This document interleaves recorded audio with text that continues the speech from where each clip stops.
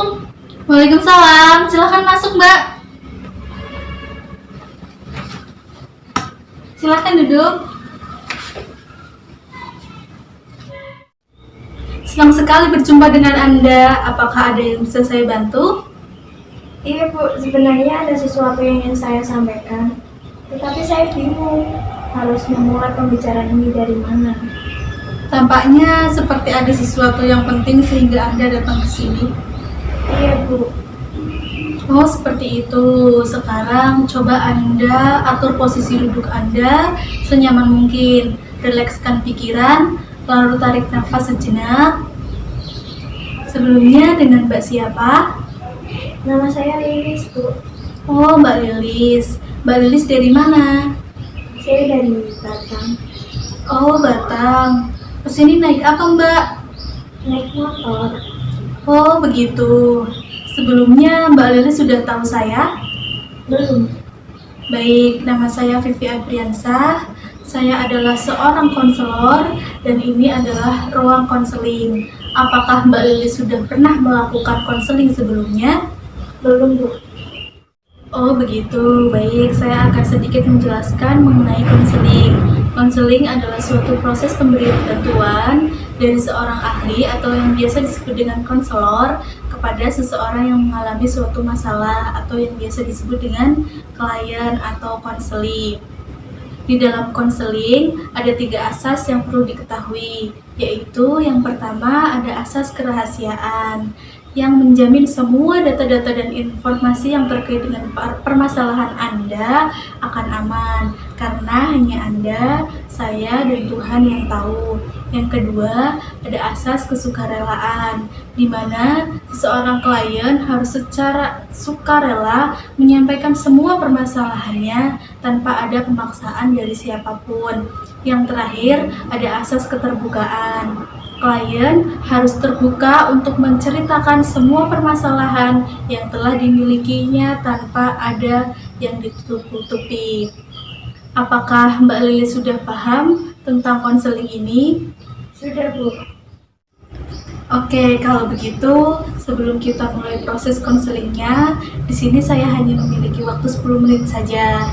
Jika nanti dalam proses konseling kita kekurangan waktu, nanti bisa kita lanjutkan di lain waktu ya Mbak. Iya Bu. Apakah Mbak Lilis setuju dengan kontrak waktu yang saya buat? Setuju Bu. Oke, kalau Mbak Lilis sudah setuju dengan kontrak waktu yang saya buat, Mbak Lilis bisa menceritakan masalah yang sedang dihadapi Mbak Lilis sekarang. Iya Bu, saya sangat khawatir. Entah saya harus gimana. Oh, jadi Mbak Lilis sekarang merasakan khawatir. Sebenarnya apa yang membuat Mbak Lilis khawatir? Jadi begini Bu, saya mahasiswa semester 6. Akan tetapi saya merasa selama ini saya salah masuk jurusan Bu. Sebenarnya minat saya bukan di jurusan ini, tapi di jurusan lain. Karena itu saya selalu mengabaikan tugas-tugas yang diberikan dosen, tidak mendengarkan dosen saat di kelas, dan selalu mendapatkan nilai yang pas-pasan. Saya khawatir Bu, karena saya sudah mendekati skripsian, nanti skripsi saya akan terbengkalai Bu. Jadi Anda mengatakan bahwa Anda selama ini salah masuk jurusan, padahal Anda sudah bertahan sampai semester 6. Kemudian Anda selalu mengabaikan tugas-tugas yang diberikan oleh dosen Anda, lalu Anda tidak mendengarkan dosen Anda di kelas, dan Anda selalu mendapatkan nilai yang pas-pasan. Kemudian akhirnya Anda khawatir akan skripsi Anda yang terbengkalai nantinya. Apakah betul demikian? Iya benar Bu, saya khawatir karena nantinya saya harus menyelesaikan skripsi saya, sedangkan saya selalu merasa di posisi yang salah.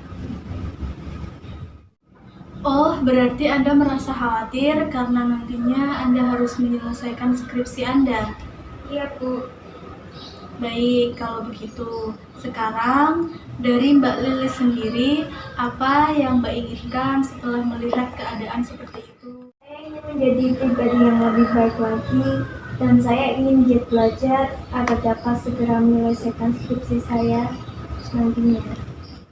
Mbak tadi kan bilang ingin menjadi pribadi yang lebih baik lagi dan ingin giat belajar agar dapat segera menyelesaikan skripsi Mbak, ya kan? Iya Bu.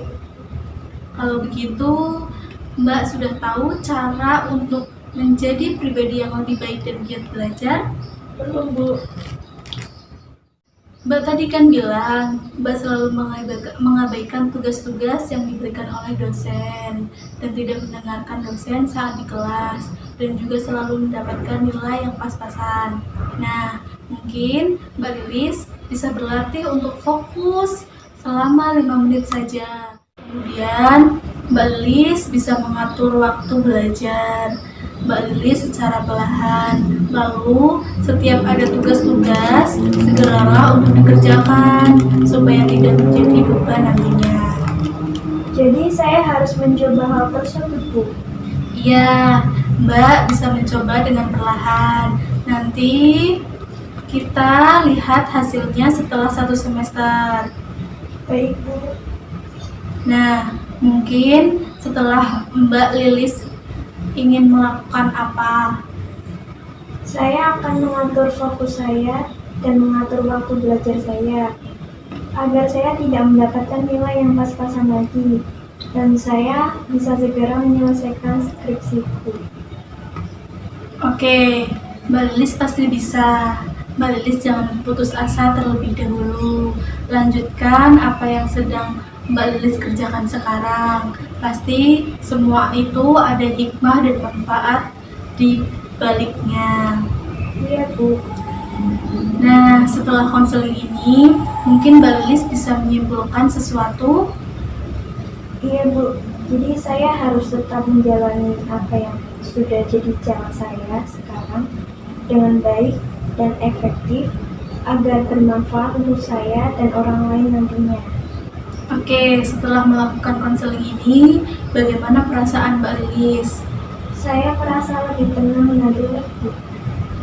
Saya senang akhirnya Mbak Lilis bisa menyelesaikan masalah yang sedang Mbak Lilis hadapi sekarang. Apakah konseling hari ini bisa diakhiri? Baik Bu. Dan terima kasih atas waktunya. Iya Mbak, sama-sama. Saya pamit dulu. Iya, hati-hati di jalan ya Mbak. Iya Bu.